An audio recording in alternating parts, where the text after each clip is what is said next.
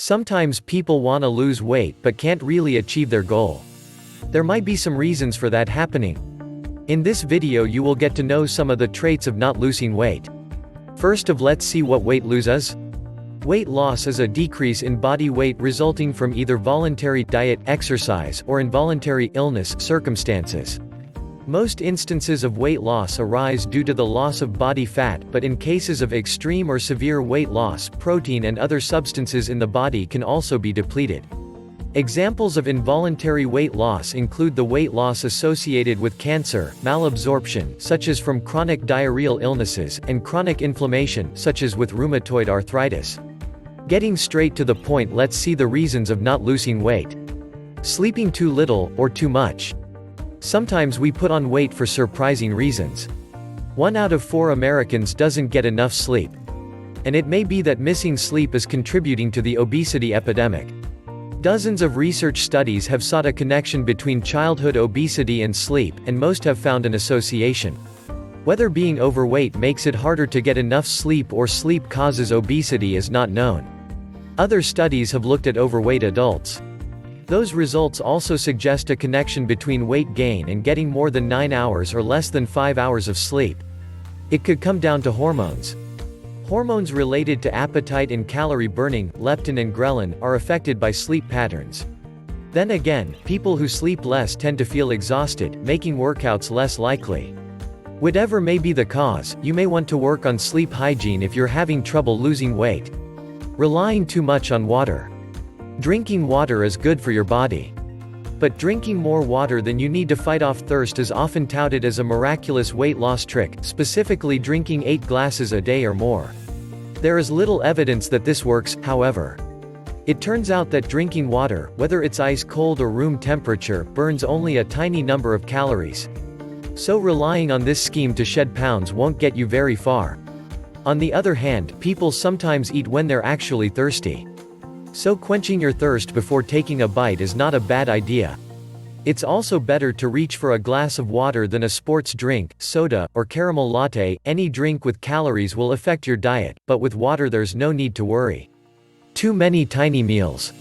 You may have heard that eating lots of tiny meals throughout the day keeps you feeling full without extra calories. But there is hardly any scientific evidence to support this.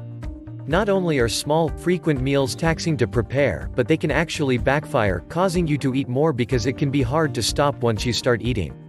If you want to fuel your body this way, go for it. But it doesn't matter whether your limited calorie diet is eaten throughout the day or simply 2 or 3 times a day. The most important thing is to eat a balanced diet with the appropriate number of calories. Relying on restaurant meals. If you lead a busy life or are just not a fan of cooking at home, you put your body at the mercy of the restaurants you order from.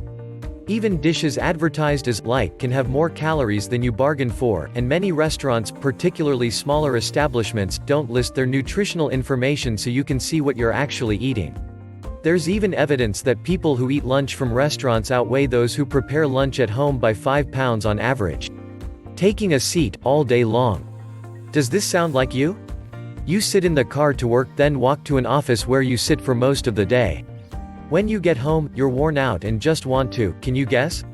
Sit down, maybe watch some TV. All of that sitting means your body isn't moving as much as it should for your best health outcomes. Studies have shown that people who spend more time sitting tend to weigh more. But some studies say weighing more leads people to sit more often. Which causes the other is a complicated business, but here's something that's well known: when you sit, you're not walking, doing housework or getting up and moving around much. All of that time that could be spent burning a few more calories through activity and fitness is being sapped by taking a seat. So carving out more time each day to get moving can only help. Rewarding exercise with food. Some people figure that by working out they can justify an extra helping of pasta at dinner.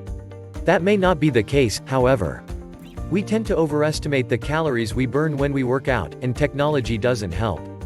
In one study, researchers found that the average cardio machine overestimates calories burned by 19% on average. In that study, elliptical machines were the worst offenders, overestimating by an average of 42%. That adds up over a year of exercise. Fitness watches showed similar problems. Overdoing alcohol. Alcoholic beverages may be growing your midsection more than you realize. For many Americans, a drink or two a day is common. But that can really add up.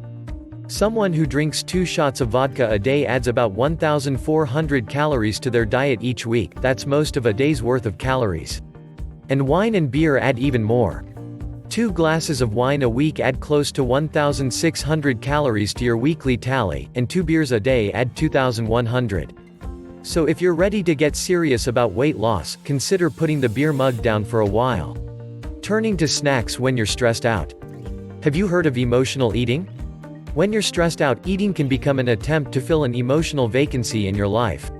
That often means mindless snacking on high-calorie foods, which packs on pounds. One study had researchers examining locks of hair for the stress hormone cortisol. They found a significant relationship between waist size and high body mass index (BMI) for participants who showed signs of long-term stress. There's a silver lining to all of this. You can ease stress without stretching out your wardrobe. Exercise can be a great way to burn stress as well as lose weight. And relaxation techniques like meditation, yoga, deep breathing, and massage can bring peacefulness into your life, no calories required. Not planning for mealtime. Grab-and-go meals are tempting for any busy adult, and most of us fit that category. When your family and job take all of your time and attention, overeating high-calorie convenience food is all too easy. What's worse, fast food tends to be low in fiber, and fiber is the key nutrient that keeps you full longer, meaning you'll want to add an extra cheeseburger or soda to that order just to feel satisfied. The solution is to plan ahead. Start by preparing convenience foods of your own in advance. Look for easy-to-prepare, high-fiber options like beans and salads that can be whipped up as soon as hunger strikes. As you get better at this, you'll begin to see your waistline shrink, as well as your food costs. Thyroid problems.